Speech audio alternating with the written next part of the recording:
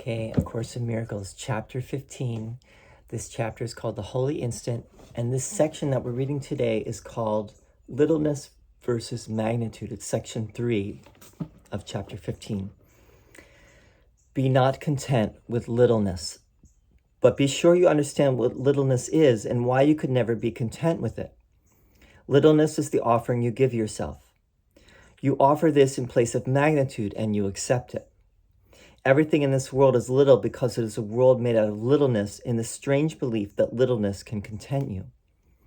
When you strive for anything in this world in the belief that it will bring you peace, you are belittling yourself and blinding yourself to glory. Littleness and glory are the choices open to your striving and your vigilance. You will always choose one at the expense of the other. Yet what you do not realize each time you choose is that your choice is your evaluation of yourself. Choose littleness and you will not have peace, for you will have judged yourself unworthy of it.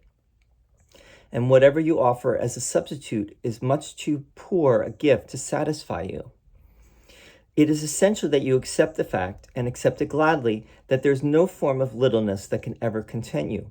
You are free to try as many as you wish, but all you will be doing is to delay your homecoming. For you will be content only in magnitude, which is your home. There is a deep responsibility you owe yourself, and one you must learn to remember all the time. The lesson may seem hard at first, but you will learn to love it when you realize that it is true and is but a tribute to your power. You who have sought and found littleness, remember this. Every decision you make stems from what you think you are and represents the value that you put upon yourself. Believe the little can content you, and by limiting yourself, you will not be satisfied. For your function is not little, and it is only by finding your function and fulfilling it that you can escape from littleness. There is no doubt about what your function is, for the Holy Spirit knows what it is. There is no doubt about its magnitude, for it reaches you through Him from magnitude. You do not have to strive for it because you have it. All your striving must be directed against littleness, for it does require vigilance to protect your magnitude in this world. To hold your magnitude in perfect awareness in a world of littleness is a task the little cannot undertake. Yet it is asked of you, in tribute to your magnitude and not your littleness. Nor is it asked of you alone. The power of God will support every effort you make on behalf of His dear Son. Search for the little, and you deny yourself His power. God is not willing that His Son be content with less than everything. For He is not content without His Son, and His Son cannot be content with less than His Father has given Him. I asked you earlier, would you be hostage to the ego or host to God? Let this question be asked you by the Holy Spirit every time you make a decision. For every decision you make does answer this and invites sorrow or joy accordingly. When God gave Himself to you in your creation, He established you as host to Him forever. He has not left you, and you have not left Him. All your attempts to deny His magnitude and make His Son hostage to the ego cannot make little whom God has joined with Him. Every decision you make is for heaven or for hell, and brings you the awareness of what you decided for. The Holy Spirit can hold your magnitude clean of all littleness, clearly and in perfect safety in your mind, untouched by every little gift of the world of littleness would offer you. But for this, you cannot side against Him in what He wills for you. Decide for God through Him. For littleness and the belief that you can be content with littleness are decisions you make about yourself. The power and the glory that lie in you from God are for all who, like you, perceive themselves as little and believe that littleness can be blown up into a sense of magnitude that can content them. Neither give littleness nor accept it. All honor is due the host of God. Your littleness deceives you, but your magnitude is of Him who dwells in you and in whom you dwell. Touch no one then with littleness in the name of Christ, eternal host unto His Father. In this season, Christmas, which celebrates the birth of holiness into this world, join with me who decided for holiness for you. It is our task together to restore the awareness of magnitude to the host whom God appointed for Himself. It is beyond all your littleness to give the gift of God, but not beyond you. For God would give Himself through you. He reaches from you to everyone and beyond everyone to his Son's creations, but without leaving you. Far beyond your little world, but still in you, he extends forever. Yet he brings all his extensions to you as host to him. Is it a sacrifice to leave littleness behind and wander not in vain? It is not sacrifice to wake to glory, but it is a sacrifice to accept anything less than glory. Learn that you must be worthy of the Prince of Peace, born in you in honor of him whose host you are. You know not what love means because you have sought to purchase it with little gifts, thus valuing it too little to understand its magnitude. Love is not little, and love dwells in you, for you are host to him. Before the greatness that lives in you, your poor appreciation of yourself and all the little offerings you give slip into nothingness. Holy child of God, when will you learn that only holiness can content you and give you peace? Remember that you learn not for yourself alone, no more than I did. It is because I learned for you that you can learn of me. I would but teach you what is yours, so that together we can replace the shabby littleness that binds the host of God to guilt and weakness with the glad awareness of the glory that is in him. My birth in you is your awakening to grandeur. Welcome me not into a manger, but into the altar to holiness, where holiness abides in perfect peace. My kingdom is not of this world because it is in you, and you are of your Father. Let us join in honoring you who must remain forever beyond littleness. Decide with me who has decided to abide with you. I will as my Father wills, knowing his will is constant and at peace forever with itself. You will be content with nothing but his will. Accept no less, remembering that everything I learned is yours. What my Father loves, I love as he does, and I can no more accept it as what it is not than he can. And no more can you. When you have learned to accept what you are, you will make no more gifts to offer to yourself, for you will know you are complete, in need of nothing, and unable to accept anything for yourself. But you will gladly give, having received. The host of God needs not seek to find anything. If you are wholly willing to leave salvation to the plan of God and unwilling to attempt to grasp for peace yourself, salvation will be given you. Yet think not you can substitute your plan for his. Rather, join with me in his, that we may release all those who would be bound, proclaiming together that the Son of God is host to him. Thus will we let no one forget what you would remember, and thus will you remember it. Call forth in everyone only the remembrance of God and of the heaven that is in him. For where you would have your brother be, there will you think you are. Hear not his appeal to hell and littleness, but only his call for heaven and greatness. Forget not that his call is yours, and answer him with me. God's power is forever on the side of his host, for it protects only the peace in which he dwells. Lay not littleness before his holy altar, which rises above the stars and reaches even to heaven because of what is given it. Okay. So this section, as you might guess, is called Littleness versus Magnitude. How many times in this section does Jesus use the word littleness? We could count, right? But the question really is, why? Why all of a sudden is Jesus out of nowhere talking about littleness? And he must have said the word littleness here 20 to 30 times at least, right? Or some version of it. Like sometimes he uses the word belittle, littleness, belittle. Why? That's a good question, because it's like all of a sudden this comes out of nowhere, and then the next section does not continue talking about littleness. Well, actually, it does mention littleness again. I'm sorry. But at some point, Jesus is going to stop talking about littleness versus magnitude. So why all of a sudden this whole section? There's probably a good reason. And I don't know. There could be a play on something from the Gospels there is a lot of play in A Course in Miracles, obviously. Even when Jesus is not directly quoting the Gospels like the King James, he always quotes the King James Version because apparently that's what Helen knew. She knew the King James Bible very well. And she had a love-hate relationship with it, apparently, and with Jesus, until the end of her life. She famously said, I've noted this before, I know, she said this about the Course, I know it's all true, I just don't believe it.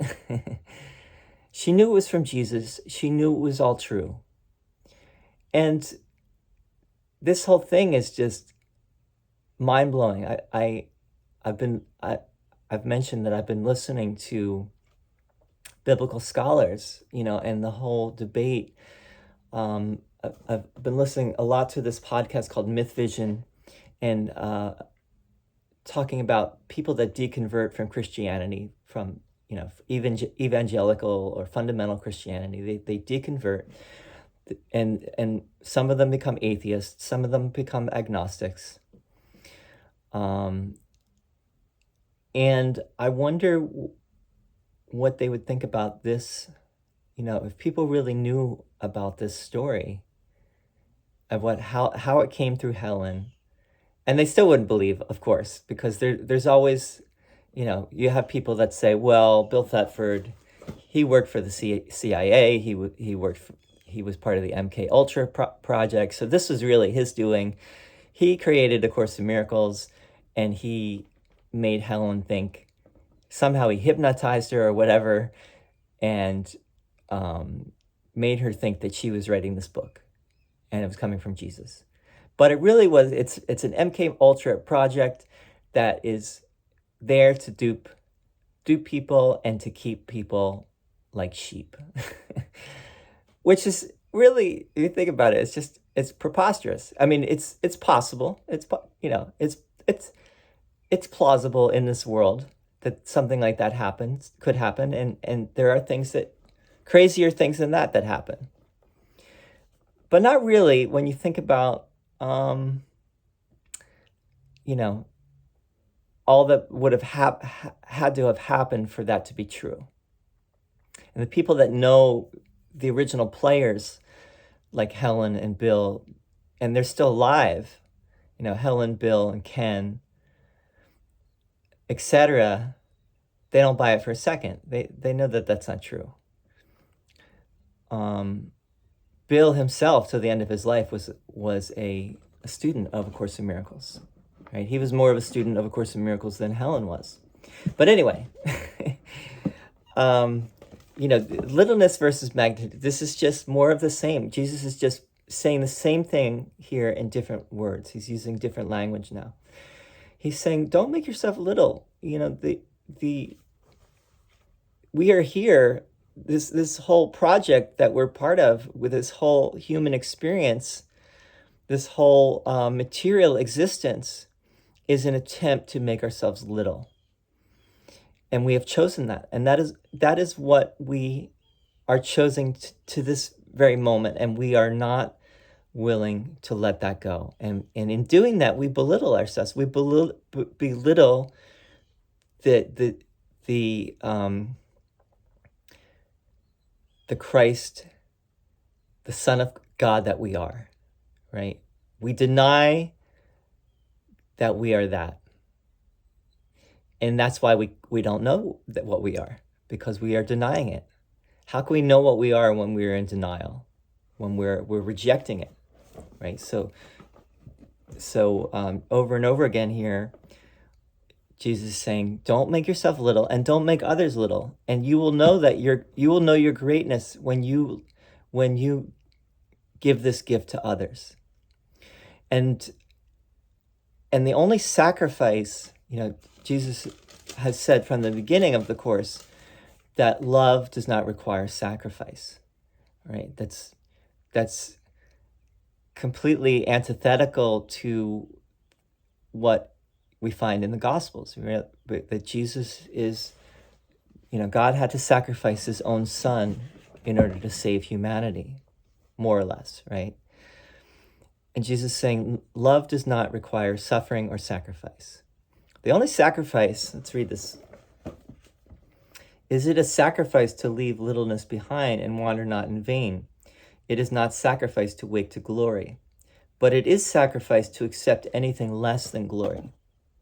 So the only thing we're sacrificing is we are sacrificing our own glory by not accepting the atonement, which is the understanding that we are not separate from God. We've never been separate from God.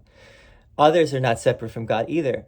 Everyone gets to go home together, and everyone is the same as us. And if we make anyone or anything less than what they really are, we belittle them and we belittle ourselves. We learn that through belittling others. We learn that we take that as well upon ourselves. And we sacrifice the truth. Jesus brings in here, now, again, we could really go into like a meta-analysis of this and try to understand why Jesus is doing what he's doing here in presenting this. Like, why does he bring in this idea that came earlier, which is, would you be hostage to the ego or host to God? I'm not sure. I don't have a good answer for that. I could probably think of one if I took a little time. But one thing that came to me is, there was a book called Hostage to the Devil. Now, one difference, obviously, in what Jesus is teaching, one big difference between this and the Gospels is there's no Satan here. There's no devil, right? There's only the ego. Now, the ego can be demonic, but ultimately the ego is nothing. It's not something that you want to destroy. It's not something that God and his minions are in battle with in any way. There's no war or battle of light against darkness. That's like Zoroastrian dualism. And you find that in the other monotheistic traditions as well, is that there's the battle of God against Satan, essentially, or the light against the dark. But that's not, Jesus is not saying that here. Jesus is not presenting a dualistic picture. He's only saying for you yourself, right? Don't keep doing it to yourself, right? There's nothing satanic or demonic. It's just a mistake that we're making in our minds, and that mistake can actually take us to hell. And Jesus says that here, can take us to heaven or to hell. It's our choice. So we may experience the devil, we may experience the demonic, but that's not anything real, and not anything to fight against. It's really only something to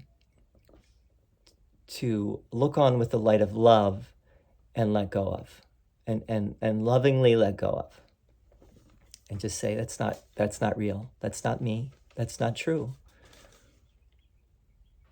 Very calmly, stay calm. It's like that, that shirt, that company that has the keep calm and deny the denial of truth, right? Keep calm and deny the denial of truth, which is what the ego is.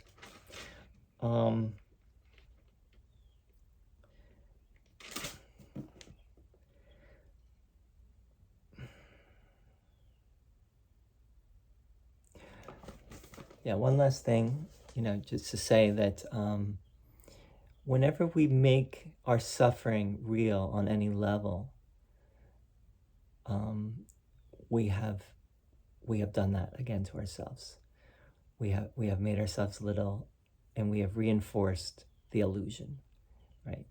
So it's not even helpful to get into that at all, into that, even to, to pray to God in a way is, you're not there yet. You're still making the illusion real, right? I do it too. We all do it. We all get into our fear and we start praying for things, right? Even praying,